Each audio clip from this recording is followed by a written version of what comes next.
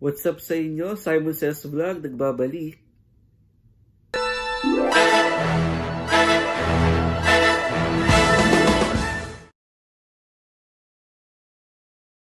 Long time no see, no? Ngayon lang ito nakapag-video. Na-miss ko kayo. So, for today's video, ang gagawin natin ay mag-unbox naman tayo. For all the gamers out there, shout out sa inyo. Para sa inyo to. I'm very excited na ipakita na sa inyo to dahil I was lucky enough na marigaluhan ito ng aking girlfriend. Let's do this! Tcharan! Nintendo Switch Lite. Ayan. Ang color na napili ko, of course, my favorite color. It's color blue. So later, makikita natin kung ano talagang kulay niya, no? Ito is binili dito sa Singapore. Ito yung favorite na color ko talaga eh. Honestly, nakita ko na ito kagabi. Sobrang excited din ko, no? Kasi kailangan ko rin siyang i-check, baka may problema or something. So, chinek ko na siya. And nalaro ko na rin siya. Na setup ko na din para makita nyo. Pagbukas ng box, tabi muna natin siya. So, pagbukas ng box, makikita nyo agad yung nakasilip agad yung unit mismo ng Nintendo Switch Lite. So, buksan natin. Dahan-dahan lang, baka mabagsak. Wow! Ayan.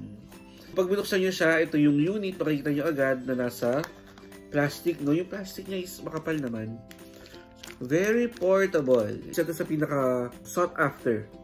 Aside sa mga version 1 and version 2 na Switch, Steam Deck, ROG Ally, ito, Switch Lite. Para sa mga fan ng Nintendo games, most especially. So, itabi muna natin yung unit. Tingnan muna natin what's in the box. So dito nakalagay yung unit niya. Sa pag binuksan nyo siya, meron pa siyang isa pang compartment, no? Sa ilalim. Ayan. Buksan natin. Very portable and very, I can say, minimalist yung design ng box. Kasi pag binuksan nyo siya, ayan, sa kabila ko binubuksan, ayan pala yung bukasan. So, ayan. Pag binuksan nyo siya, meron siyang kasamang, of course, charger ng Nintendo Switch Lite. Okay? So, yung charger niya, kung mapapansin nyo, yung charger niya, ito. Ito kasi yung ginagamit nila dito sa Singapore, no? Madali lang naman yan. Pag sa Pinas, bibili ka lang ng adapter, pwede nyo lang isaksakin sa outlet natin. So, naka-plastic din siya. And, sa ilalim, ayan, nilagay ko yung resibo dito sa ilalim. Ayan, okay, resibo. And dito sa Singapore, it costs around $200, no? $219 to be exact. Actually, nakalagay sa resibo, $260, but there is a Nintendo discount na $40. So, nasa around $220, $219 siya. Pag binuksan nyo siya, ayan. Ayan na yung makikita nyo agad. Charger, then, manual na wala ko, mostly sa inyo, hindi nyo naman binabasa. Then, yun na. That's it. Nintendo Switch Lite is perfect for those who traveled a lot. Labas na natin siya sa plastic para mas makita nyo pa. Yun, no? Ayan, magre-reflect yung, magre-reflect ako sa phone. Ayan, no? Ayan, and ito yung likod.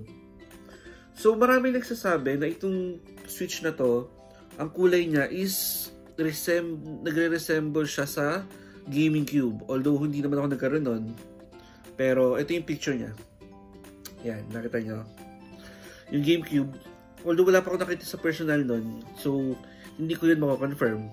And by the way, disclaimer lang, kung gusto nyo malaman yung mga specs ng ganito, ng ganyan, ng Switch Lite compared sa Switch, version 1, version 2, and OLED, hindi natin yung tatalakayin masyado. Pwede nyo naman i-google yun, no? Pwede nyo naman siyang tingnan sa mismong site ng Nintendo.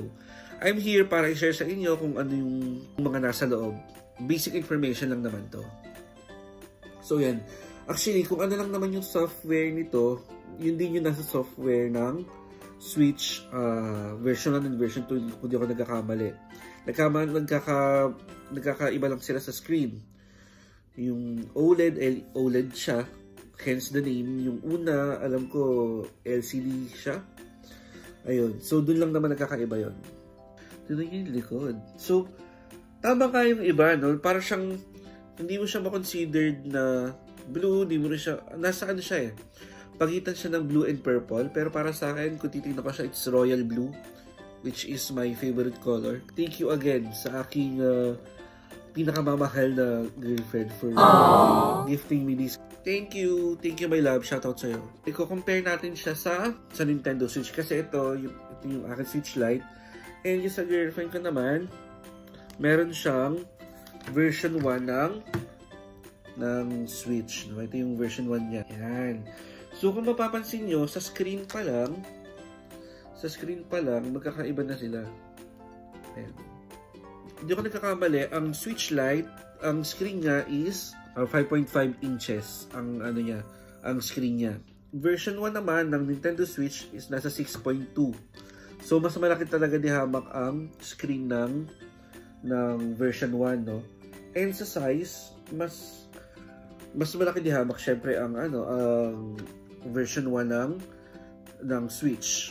So for visual comparison, no, magkakaroon tayo ng visual comparison. Naalisin ko yung isang Joy-Con ng Switch para magkaroon lang kayo ng idea. Nalis ko na. So, isa na lang yung Joy-Con niya.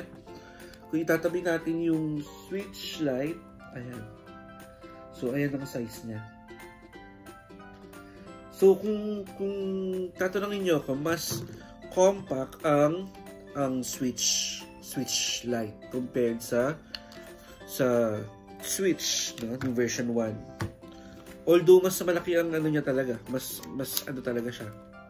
Malaki siya sa kamay, mas malaki yung screen. So kung titingnan natin tong Switch Lite, na-setup ko na siya.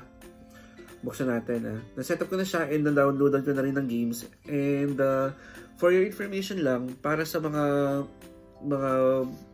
nagbabalak bumili ng Nintendo Switch, make sure na meron kayong account sa Nintendo para magamit niyo para makapag-download pa kayo ng mga games sa store nila. Kasi meron yan pwede pa kayong mag-download ng games sa store nila. Iba-iba ng price, merong ibang price range, merong mga libre. And kadalasan naman sa mga libreng games nila, yung free games nila, magaganda naman. Like, mamaya papakita ko sa inyo, may dinownload akong libreng laro dito. So, ang Nintendo Switch, ito, sa ibabaw niya.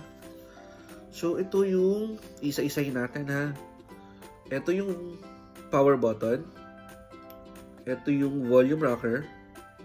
Ito, exhaust yan. Fan, para hindi mabilis uminit ang Nintendo Switch Lite nyo. And, this one, yung para sa earphone.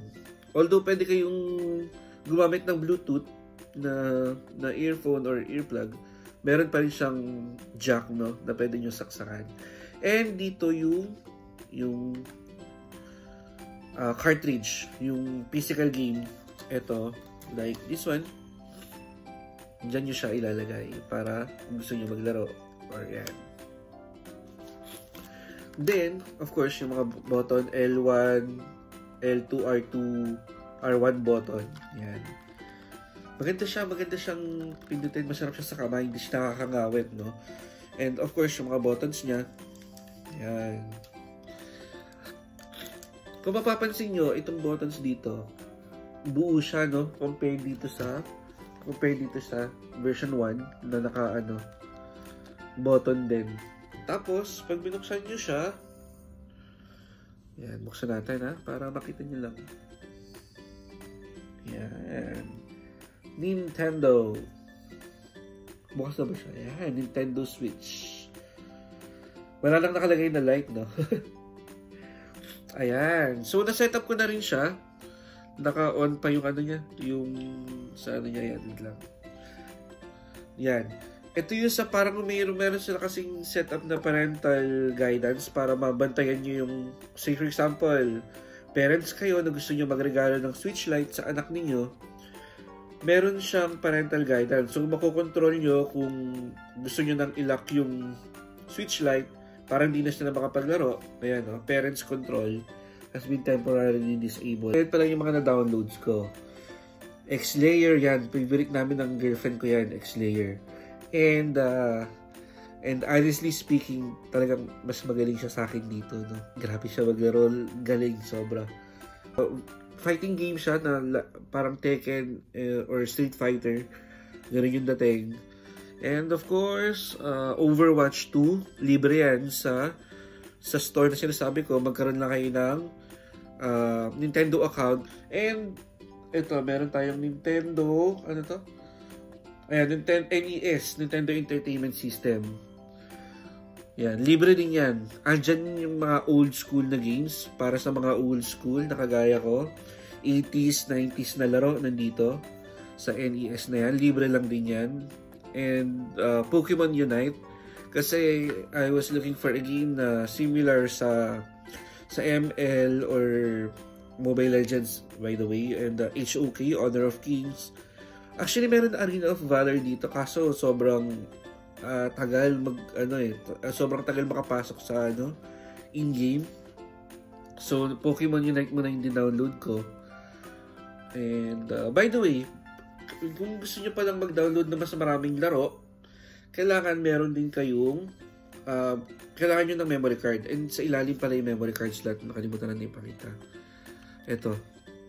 Dito yung slot ng memory card niya. Tapos ito yung charger niya. Charging port.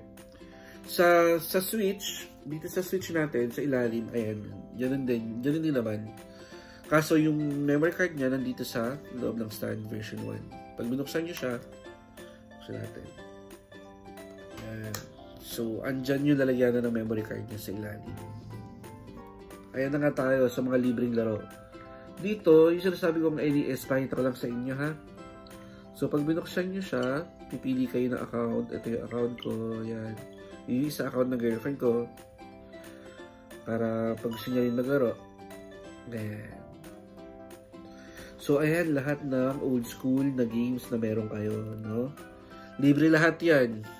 Pinaka-favorite natin mga batang 80s, batang 90s ang Super Mario. Check natin ha. Yan. Tapos yan. Diba? Super Mario. Hindi ko alam paano maglaro. Mahirap yan. O, diba?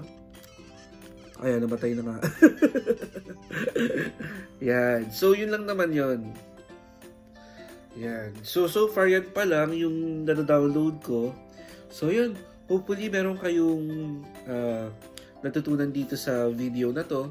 Please, comment, like, share, and subscribe. Tapos, comment nyo din kung ano yung experience nyo. Kung meron na kayong Switch Lite or Switch, comment nyo kung ano yung experience nyo. Please, comment kayo ng mga games na favorite nyo laruin sa Switch or sa Switch Lite. Yun lang. Bye-bye. Thank you. Switch Lite.